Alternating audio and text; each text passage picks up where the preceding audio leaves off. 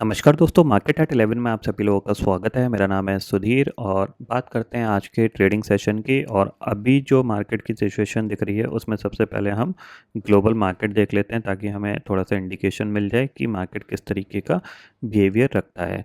कल के एनालिसिस में मैंने आपको क्लियरली बताया था कि कुछ ज़्यादा बड़ा मैं एक्सपेक्ट नहीं कर रहा हूँ, तो उसी के बेसिस पे यहाँ पे एनालिसिस हम करेंगे।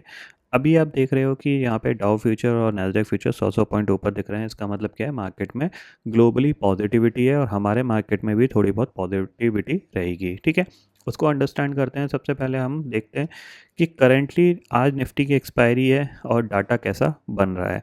तो अगर आप देखोगे यहाँ पे कि जो निफ्टी है अभी जो आपका ट्रेड कर रहा है वो ट्रेड कर रहा है 23,135 पे। यहाँ पे आप देख सकते हैं यहाँ पे कि 1 मिनट का हाई बना और लो बना। अभी मैं आपको दिखा देता हूँ, 1 मिनट। हाँ, ये देखो, ये मैंने ऑलरेडी मार्क किया हुआ है। यहाँ पे जिन लोगों को प्रॉब्लम होती है 1 मिनट का हाई और लो मार्क करने में, उनके लिए देखो मैं आपको बता देता हूँ। ये आपका 1 मिनट का हाई है और ये आपका 1 मिनट का लो है।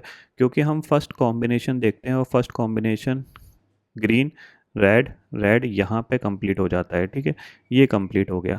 अब हमारा व्यू क्या होता है, हमारा व्यू ये होता है कि मार्केट अगर डे लो तोड़ेगा तो हम बाय करेंगे। बाय क्यों करेंगे? क्योंकि मार्केट में कल रिकवरी बहुत अच्छी आई थी, तो जाहिर सी बात है मार्केट एकदम से दोबारा से नीचे सेल ऑफ के लिए इतनी जल्दी नहीं जा सकता।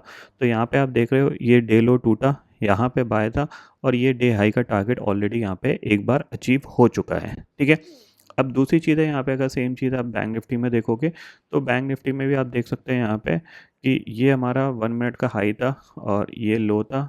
ठीक है, इसने लो को ब्रेक किया और डे हाई का टारगेट ऑलमोस्ट यहाँ पे भी अचीव हो चुका है। ठीक है, अब आपको ये समझना है कि एक्सपायरी है तो एक्सपायरी कहाँ हो सकती है, इसको अंडरस्टैंड करते हैं।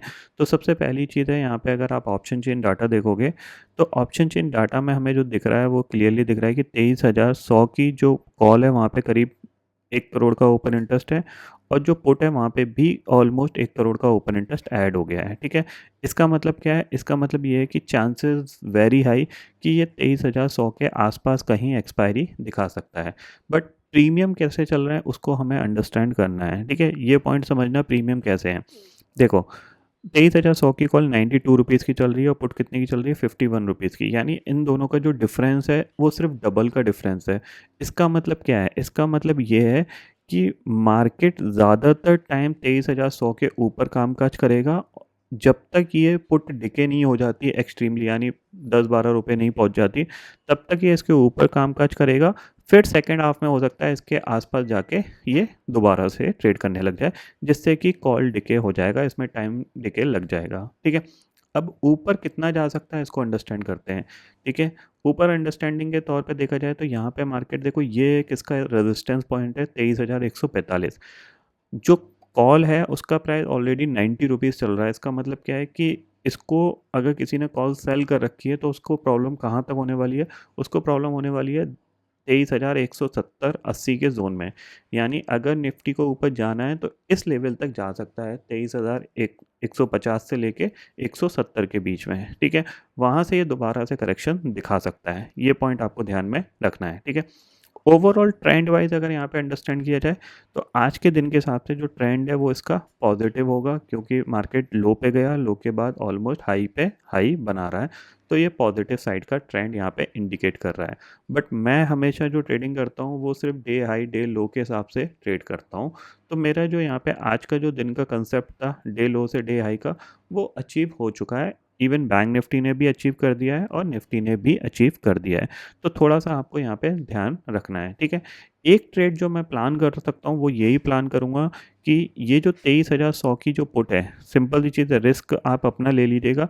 23,100 की पुट है, 49 है। अगर ये मेरे को 5-6 रुपये के आसपास मिलेगी और तब तक निफ्टी यहीं कहीं ट्रेड करता रहे 150 से लेके 160 के बीच में, तो मैं एक बार उसको ले सकता हूँ। देखो, बात करते करते ही ये आपको 170-180 के जोन में जाता हुआ दिखाई दे रहा है। ठीक है, आप देख रहे हो यही हमारे टारगेट हैं और उस टारगेट तक ये धीरे धीरे जाता हुआ दिखाई दे रहा है।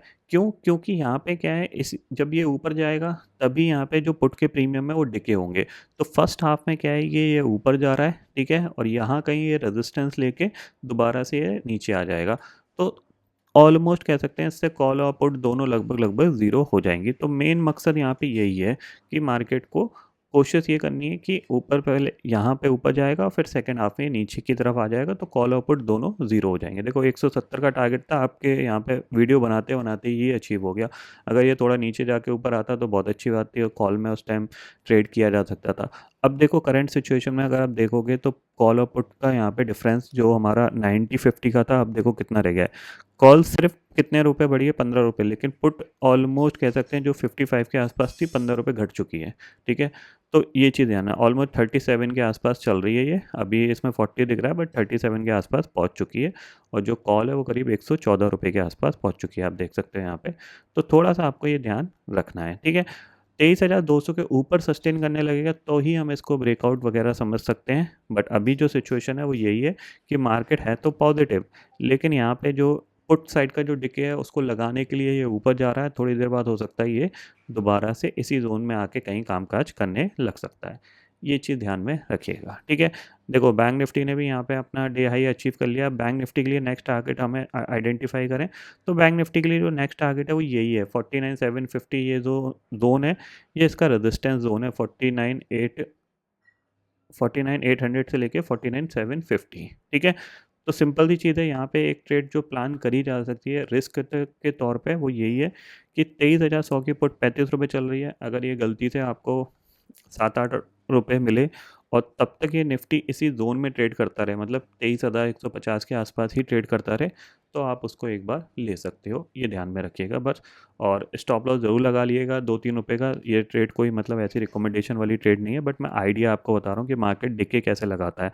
अब देखो यहाँ पे क्या है, पुट आप देख रहे हो यहाँ पे अभी क्या है कि यहाँ पे देखो पुट 35 रुपये चल गई है, कॉल करीब 119 रुपये चल रही है। ठीक है, तो होगा क्या, ये धीरे धीरे पुट साइड का डिके लगता रहेगा। फिर क्या होगा, सेकंड हाफ में मार्केट थोड़ा सा नीचे आ जाएगा, उसमें कॉल साइड का भी डिके लग जाएगा, उसके बाद मार्केट क्लोज हो जाएगा। तो ये सिचुएशन यहाँ पे दिख रही है आज के ट्रेडिंग सेशन में। बट हाँ, मैं गलत हो सकता हूँ, क्योंकि मैं जो चीज़ सोच रहा हूँ, क्योंकि मेरा जो व्यू है वो सिंपल सी चीज़ है। मेरा डे लो से डे हाई का टारगेट का व्यू था, वो ऑलरेडी हिट हो चुका है। ठीक है, अब यहाँ से क्या है, यहाँ से सिर्फ अजम्पशन है कि ऐसा मार्केट कर सकता है। तो उस अजम्पशन में एक स्टॉप लॉस होता है और एक टारगेट होता है। लेट अस सपोज अगर 7 रुपये या 8 रुपये पे मैंने वो बाय करी, ठीक है, तो मैं इसका क्या करूँगा, 4 पॉइंट का स्टॉप लॉस ले लूँगा। ठीक है, और करीब करीब 25 रुपये का टारगेट लगा लूँगा। ठीक है, 25 या 30 रुपये का टारगेट लगा लूँगा या 20 रुपये का टारगेट लगा लूँगा। सिंपल सी चीज़ है, डबल का टारगेट लगा के छोटा सा स्टॉप लॉस ले सकते हैं।